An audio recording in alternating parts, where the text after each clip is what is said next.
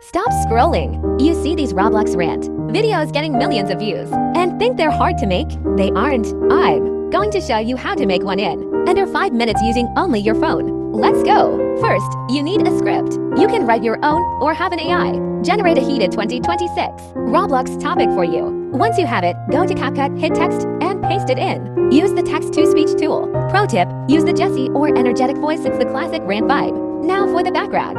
You need high-energy gameplay. Don't just use a static screen.